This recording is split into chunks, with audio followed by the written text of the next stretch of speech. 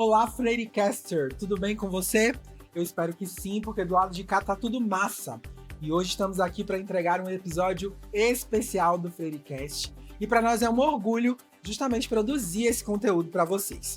Aqui na nossa UFSB, no finalzinho do mês de setembro de 2025, nós iniciamos um período bem importante, que é um período de escuta da comunidade acadêmica e de participação.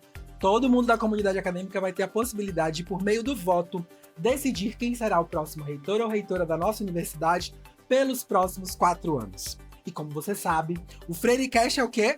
Um podcast libertador. É assim que a gente gosta de se definir.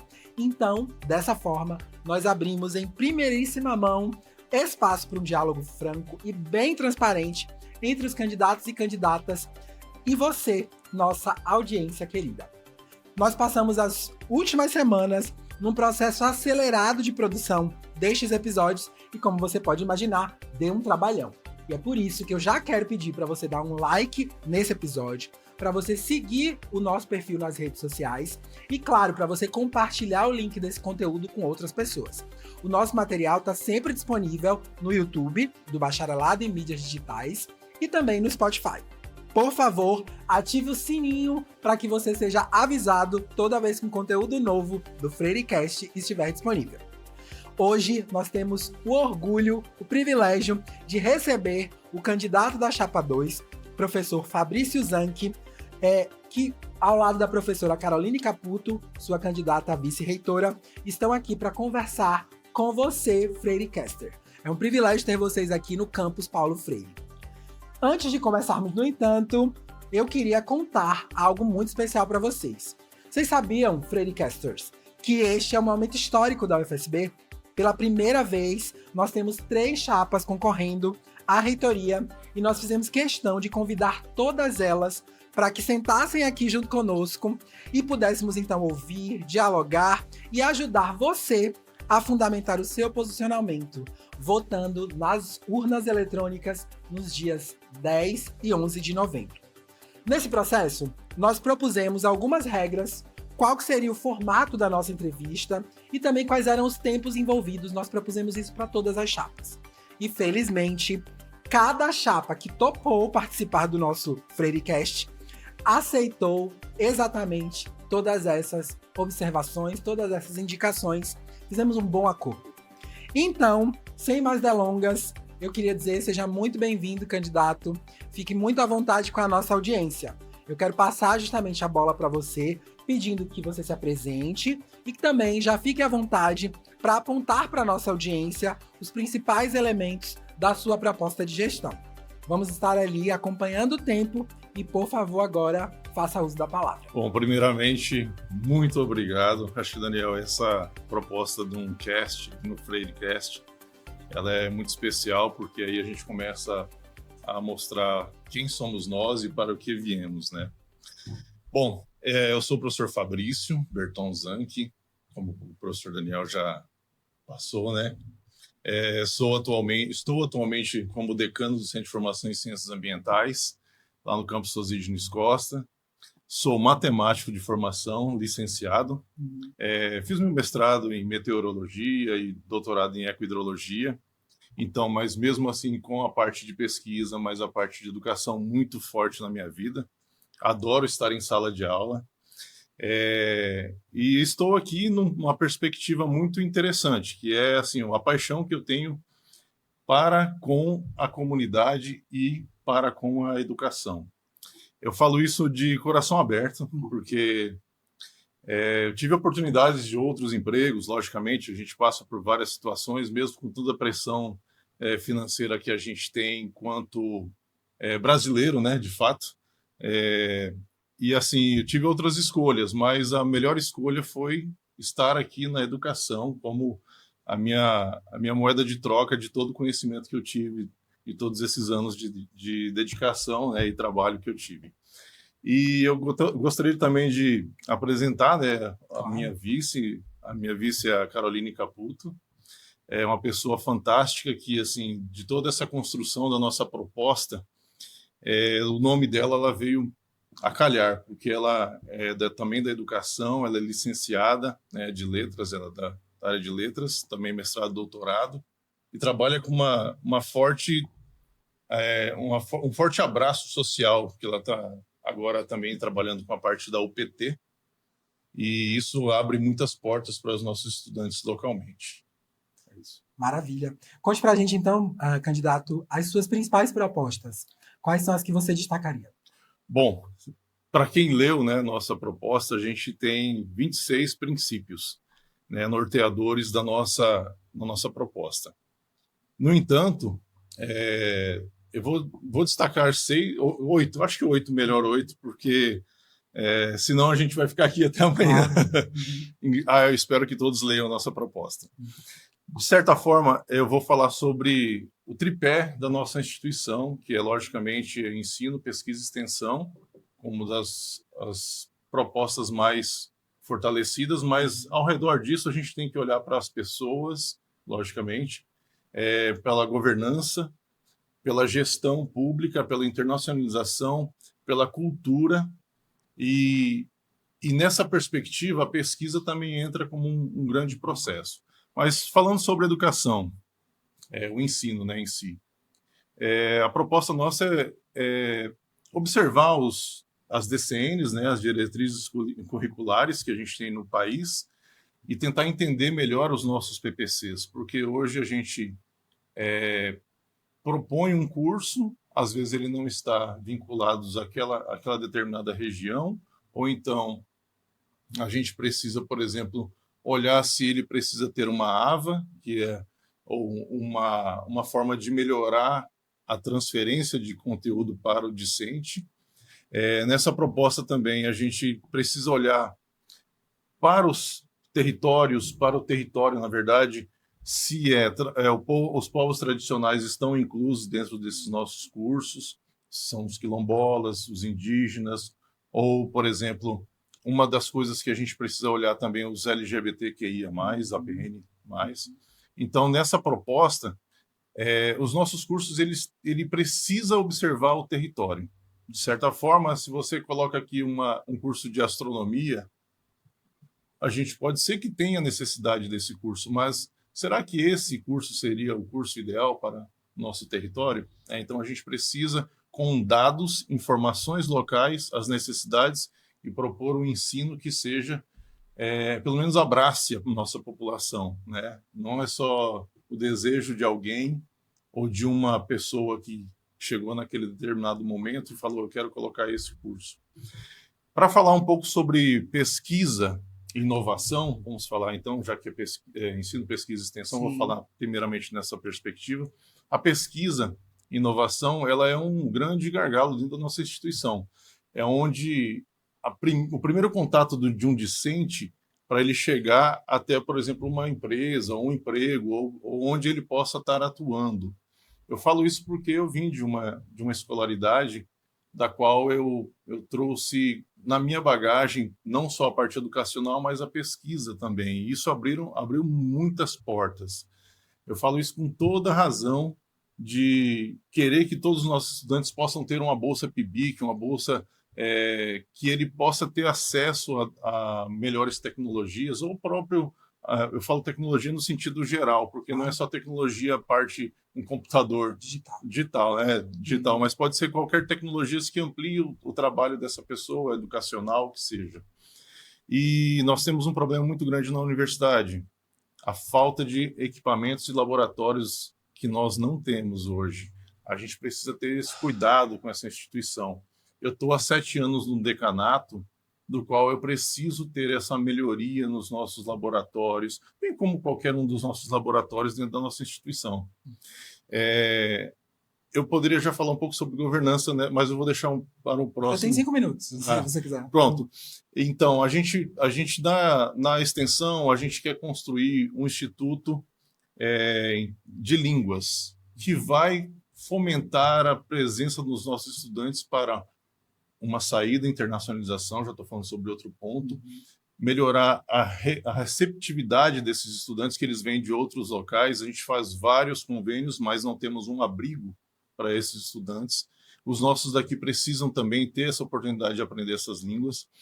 A parte de governança, a gente vai implementar a gente chama de PAC, né, um planejamento anual de compras. A gente já tem um projeto para isso e vamos buscar a melhoria desses processos licitatórios e, por exemplo, manutenção de equipamentos, ou o laboratório precisa de determinados insumos. Então, esse PAC ele vai estar institucionalizado anualmente, do qual certo período a gente para e compra. Então, a gente vai precisar que isso aconteça. E eu estou há quase 8 anos, né, no decanato, 7 anos e pouco, e a gente não consegue ter essa clareza. E não sabe o que comprou, não sabe o que veio, não sabe o que temos.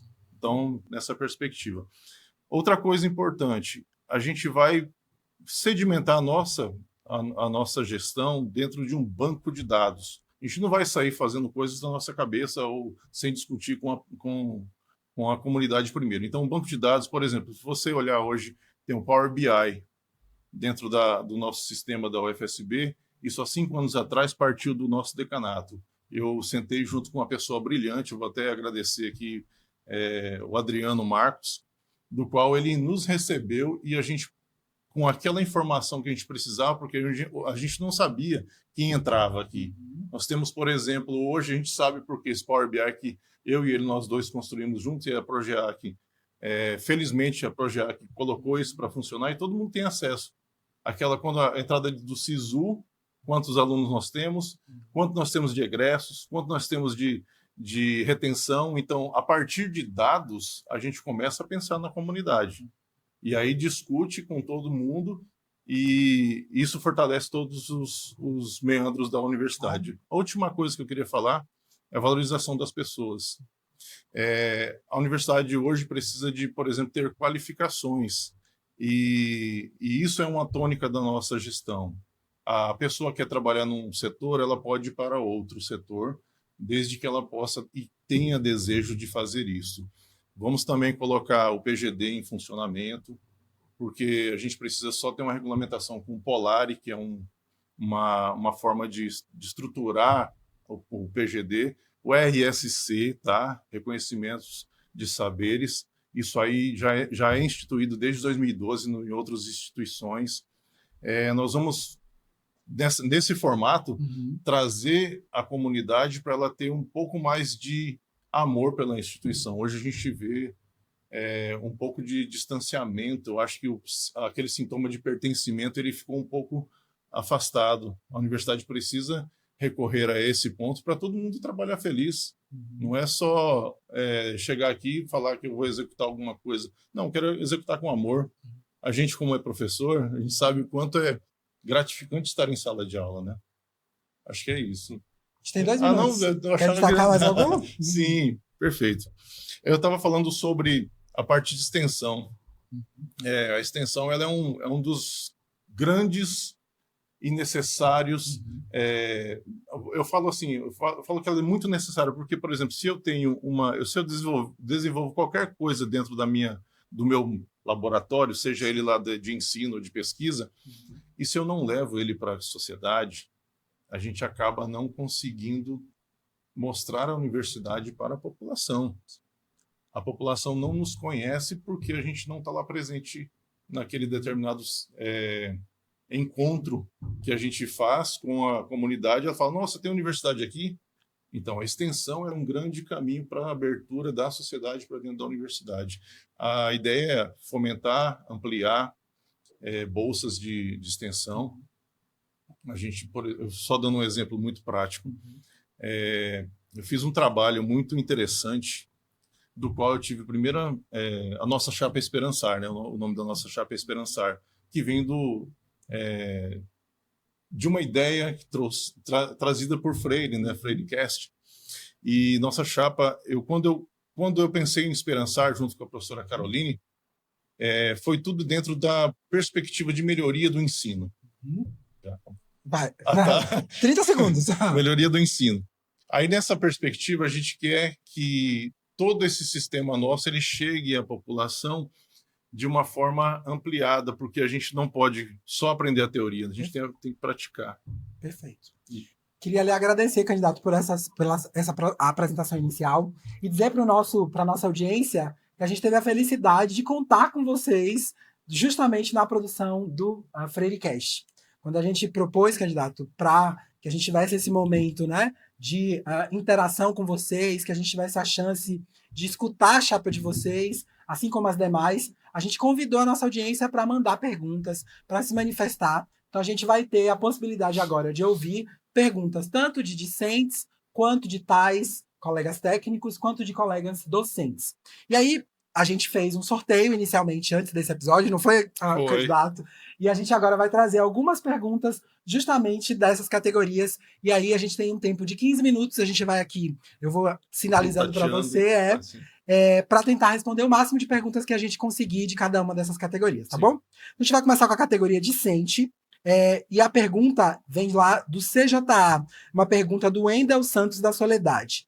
Ele pergunta: com relação à estrada de acesso interno ao FSB, que é uma estrada que não tem calçamento, ele pergunta o que vai ser feito em relação a isso, já que alguns estudantes que, por exemplo, possuem moto, podem sofrer acidentes ou têm seus pneus furados. Ele é bem específico. Sim, sim. Bom, eu só peço desculpas porque os 15 minutos iniciais não deu para falar sobre o que a gente... Porque a gente propõe, na nossa proposta, a gente traz a perspectiva de moradia, assistência estudantil, a gente traz a parte de transporte, então aí a infraestrutura da universidade está muito precária, a gente precisa pensar muito nisso. Lógico que também depende de recursos. Claro. Né? Não é do dia para a noite a pessoa chegar lá e vai fazer as coisas acontecerem sem um recurso. Uma coisa importante, como é que é o nome do docente? Wendel. Wendel, muito obrigado pela sua pergunta. A gente já estudou essa situação e a gente vai estar em loco semana que vem também, né, para fazer essa visitação e saber como está o acesso, de certa forma, porque existe uma outra passagem lateral, que não entra mais pela principal da CEPLAC. E tem uma outra passagem lateral que ela tem um acesso muito mais próximo à BR. A gente fez o estudo.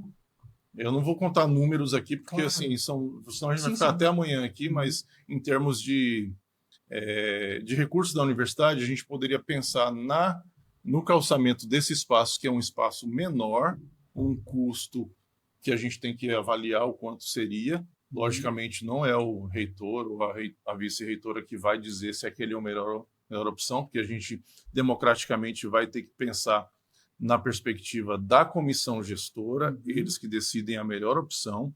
Inclusive, a gente tem que discutir isso também com acesso à CEPLAC lá, claro. Que a CEPLAC ela institui os horários das entradas, então, fim de semana você vai passar um ônibus, passar lá, então, tudo tem que ser decidido junto com a comissão gestora. Mas a ideia é que esses acessos eles sejam revistos e buscar a pavimentação disso aí ou o calçamento que seja o melhor necessário. Para isso, logicamente, a gente tem que fazer parcerias políticas, não pode ser o ostracismo local, a gente tem que vir e ir no local e conversar com as políticas e lideranças para que a gente possa ter acesso também a esse recurso que não é somente da universidade. O custeio nosso é mínimo. Eu posso falar isso mais para frente. Bacana. Mas nós vamos, só para finalizar, nós estamos cientes desse problema que tem lá no CJA, como estamos dos problemas daqui e dos problemas do CSC. Nós vamos olhar com muito cuidado isso e vamos solucionar. Bacana.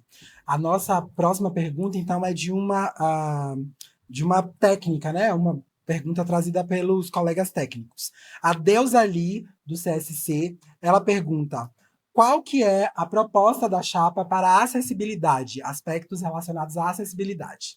Então, a acessibilidade é um ponto muito, muito bacana. Obrigado, Deusa Lee. Deusa Lee é nossa servidora TAI, trabalha conosco na biblioteca.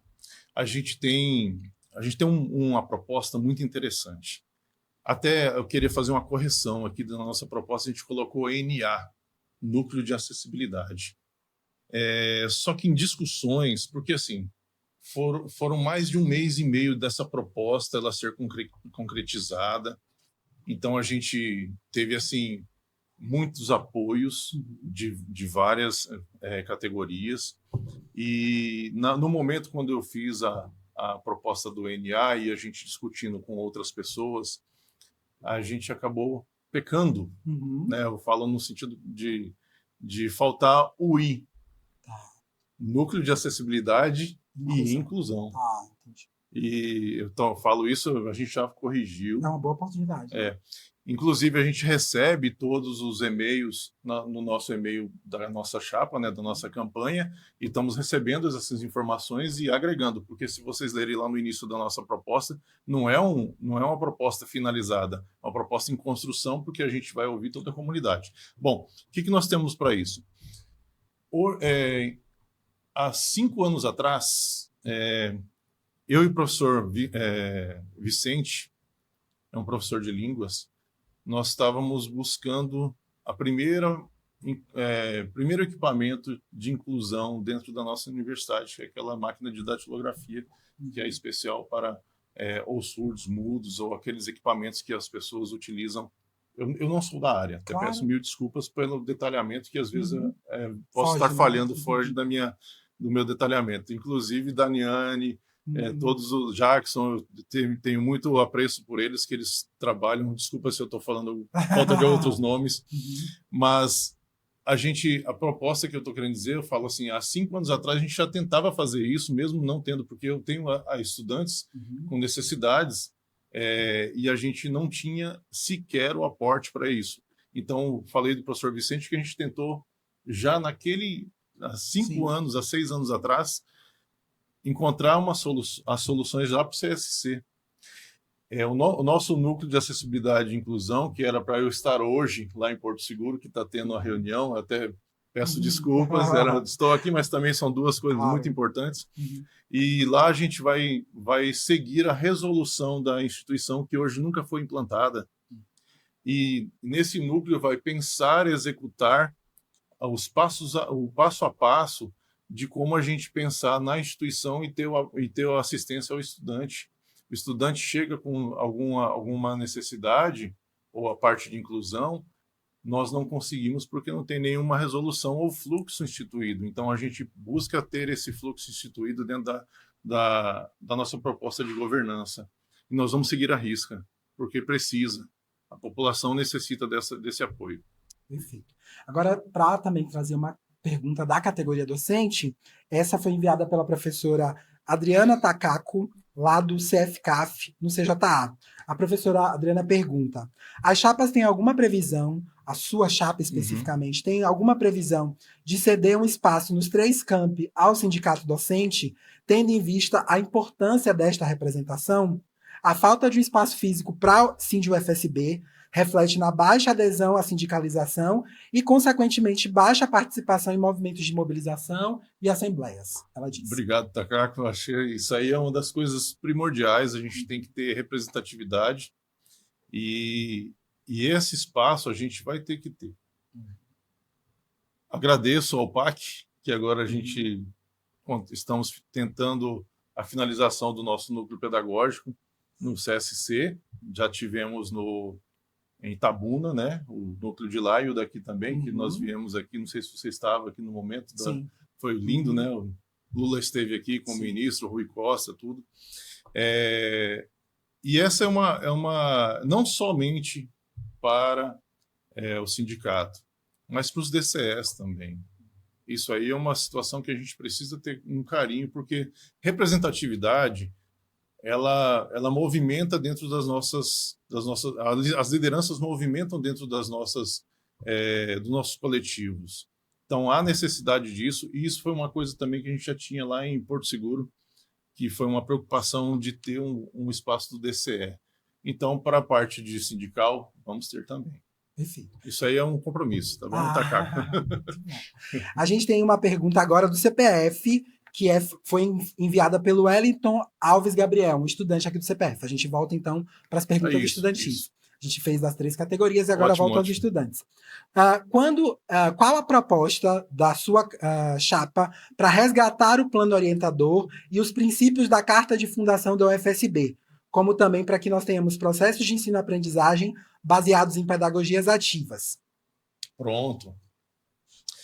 O plano orientador foi o início de toda a universidade, não sei se todos sabem, mas foi uma sedução para todos nós, né? Naquele momento oportuno. Inclusive, eu, quando li o plano orientador, eu tive a oportunidade de pensar nós vamos para um novo patamar de ensino dentro do Brasil. Eu falo isso porque, assim, meu doutorado foi na Holanda. Sim. E aí eu conheci esse método lá na Freie Universität. E lá a pessoa entrava num núcleo básico, como tem no MIT também, quem quiser pode olhar, e aquilo seduz porque a gente tem uma perspectiva da entrada e você depois escolhe o seu caminho dentro da instituição.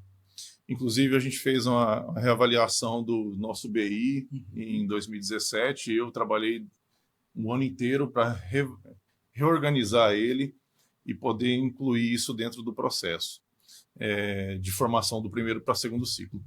Agora, assim, quanto voltar às perspectivas, eu não consigo captar, talvez, o detalhamento que ele queira que eu traga, né? Porque, no sentido, ficou bem generalista. Assim, possibilidades de manutenção, por exemplo, da nossa... Eu falo EAD, não. Da nossa virtualidade, isso aí é uma tônica da nossa instituição. A metapresencialidade. Porque a gente... já estou falando Claro. porque a gente agora já tem uma resolução de EAD. Mas, assim, isso é um dos planos muito sedimentados dentro da nossa proposta. Inclusive, a professora Caroline Caputo, ela vai estar ressignificando os CUNEs. Inclusive, a gente hoje tem 12 CUNEs. A proposta do plano orientador era 38, se eu não estou enganado agora, se não me falha a memória. Mas, de fato, a gente não conseguiu abraçar o território. O território hoje está desassistido se a gente for olhar para o plano orientador. Estou tentando identificar situações, né? Que não foi específico em cada ponto. Mas, por exemplo, a gente ressignificando os CUNEs, trazendo esses CUNEs para uma perspectiva de uso agora da tecnologia, aí ele fala sobre pedagogias ativas. A gente tem essa proposta dentro do nosso plano, do qual é muito fácil implantar quando você usa teoria e pratica ela. Paulo Freire fala isso, tá? Eu não estou falando de situações piegas, não, Claro. ou situações que não estejam no meu alcance, porque eu já executei. Eu tenho até um artigo sobre múltiplas formas de ensino, do qual eu apresentei dentro de uma perspectiva da engenharia ambiental.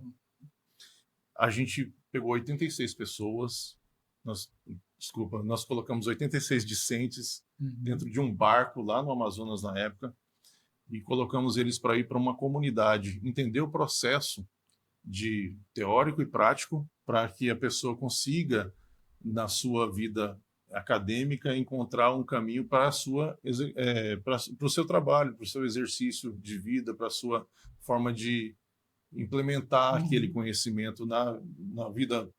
E assim, as AVAs, elas vão na perspectiva da melhoria com a ressignificação do CUNE, e dentro da nossa instituição, logicamente, a gente tem vários outros métodos que a parte educacional é um mundo, né? É um mundo. A gente ainda tem 2 minutos, eu vou para uma pergunta de docente, então, que é a pergunta feita pela professora Mirna Cambeba Nakiri. Ela pergunta: eu gostaria de saber quais são as propostas dessa chapa em relação às ações afirmativas quando se trata da entrada e da permanência das e dos estudantes indígenas aqui na UFSB. Perfeito. Mirna Nakiri. Mirna Nakiri. Sim, Mirna. Professora Nakiri. Um grande abraço, Mirna. Olha só, essa é uma tônica também da nossa proposta. A gente sabe que nós temos a política de cotas. Ela é federal, a gente já sabe disso, ela é de 50%. Brilhantemente, em 2018, a gente fez a votação em Consune, depois de 2021 também ampliamos essa resolução. Eu estava lá no Consune, votei a favor, e eu acho que é isso mesmo, foi para 75%. Mas você sabe de um dado, professor? Hoje, se você entrar nesse Power BI, do qual a gente conseguiu colocar isso, implementamos junto com a Progeac e tudo, nós temos 51% somente de cotas. Talvez ainda não seja o fator que delimite, não seja somente a cota. Um minuto. A maior necessidade que a gente tem hoje é de entrada do aluno ou da aluna, e ter assistência estudantil, nós termos bolsas e buscarmos ter ministério hoje dos povos originários, a gente pode buscar mais recurso, e é isso. Eu acho que a gente não pode ficar preso só ao orçamento da instituição, a gente tem que buscar lá fora e ampliar as cotas, o recurso para que essas pessoas elas sintam-se abrigadas dentro da instituição, como RU, transporte, moradia. Então essa tem que ter, nós temos que ter essa necessidade e às vezes até colocar editais novos que busquem trazer essas pessoas e manutenção dela tem que estar abrigado a vários fatores, mas a gente quer ampliar esses editais. Perfeito. Tá? Obrigado, a gente concluiu o nosso tempo, ficamos ali com 9 segundinhos. Só isso? Para as perguntas. Mas a gente tem agora a oportunidade, candidato, tem sido um momento bastante legal dos nossos podcasts, né, dos nossos episódios do FreireCast, que na verdade, no pleito, durante o período eleitoral, muitas vezes da consulta, a gente conhece o candidato, a gente conhece, na verdade, o docente Fabrício, né? Está lá nas atividades, realizando seu trabalho funcional, mas muita gente não tem a possibilidade de conhecer o lado B, como a gente está chamando, né? Ou seja, a vivência fora dos muros da universidade. E aí a gente está provocando vocês no sentido de, se você quer contar para a nossa audiência quem é o Fabrício fora da universidade, interesses, hobbies, coisas que só você sabe fazer, a respeito, a gente quer conhecer o que a gente ainda não teve chance de ver do professor Fabrício, candidato aqui na universidade. Você vai ter 3 minutos para surpreender a nossa audiência. Bom, essa é uma pergunta, eu falar às vezes capciosa, no sentido da gente ter que apresentar um pouco sobre nossos gostos e o que a gente faz, de certa forma. Né? Bom, eu sou pequenininho, né? Eu gosto muito de basquete, eu adoro basquete, adoro jogar basquete. Hoje não muito mais como eu jogava antes. Músicas, né? Eu acho que são coisas que foram perguntadas, talvez para a gente trazer. Eu sou um pouco eclético. Eu não gosto muito da palavra eclética, mas eu gosto muito de dizer, gosto de música boa. Eu cresci ouvindo MPB, Tropicália, Chico Buarque, Gilberto Gil. Aí depois a gente começa a ouvir um pouco mais de aquele rock internacional, que é assim, anos 80, anos 90, né? Então era o que tinha. Aí depois também Legião Urbana, Paralamas do Sucesso, Raul Seixas, que é fantástico. A Bahia tá aí. A Bahia tá aí, tá demais. E assim, hoje eu falo que eu gosto muito de um forrozinho, né? Assim, porque a gente está aqui, aí eu gosto muito da festa junina, para mim é uma coisa fantástica, adoro. Flávio José vinha ouvindo para cá. Aí, ó. Dominguinhos. Bom, em termos de música é isso, né? Acho que vocês também pediram para a gente falar um pouco sobre livros, né? Eu gosto muito do realismo de Machado de Assis. Eu sou muito fã de Machado de Assis. Tem um livro muito interessante, do Carl Sagan. Como sou dessa área, eu gosto muito de Carl Sagan, que é o mundo assombrado, né? A ciência vista como uma vela para iluminar. É muito interessante. Quem puder, leia. Não vou falar sobre o Harari, né? Mas todo mundo sabe. Mas um livro, eu queria citar um livro. Jefferson Tenório, Avesso da Pele. Tô até arrepiei. Sério mesmo. Ali a gente entende um pouco. Muito. Chega a se emocionar. Pedro, né? E o Henrique, pai dele, que falecido, professor também, me faz. Não sei, sério. Me faz entender um ponto do brasileiro, como a gente é massacrado de certa forma, não no sentido somente racial, mas também da pobreza que o Brasil ele exige. Eu acho que a educação ela vem para modificar essa perspectiva. Então, os livros que a gente lê, se a gente for ficar aqui falando, vai ser muita coisa. Eu tinha uma biblioteca de mais de 2.000 livros. Nossa. Eu não consegui trazer, mas agora está tudo digitalizado, né? Mas assim, meu background era muito literatura, eu gosto muito do realismo, naturalismo. Cortiço, para mim, foi um dos ícones na época de estudante, que até hoje faz o sentido a gente lembrar desses livros que impactam nossa vida social. Obrigado, candidato. Eu que agradeço. Acho que o lado B ficou bem evidente aí, com todas as possibilidades. Tem quase uma playlist para vocês ouvirem. Mas a gente então tá concluindo o nosso podcast de hoje. Eu não falei do Mutantes. Pois é, ó, ainda tem mais dicas. Para mais, procura, né? Tem que ouvir você para saber. Mas a gente quer muito agradecer. O podcast FreireCast está sempre à disposição para ouvir as propostas dos candidatos e candidatas nesse pleito, nessa consulta à comunidade da UFSB. Queria muito agradecer a Chapa 2 pela possibilidade de vir até o nosso Campus Paulo Freire, conversar com a nossa audiência de forma tão qualificada. Para nós é um privilégio e a gente tem muito desejo de que você continue atento às propostas das chapas e esteja com seu voto qualificado para o dia 10 e 11 de novembro manifestar isso nas urnas eletrônicas. O FreireCast é um podcast libertador. Obrigado por acompanhar a gente. Até a próxima.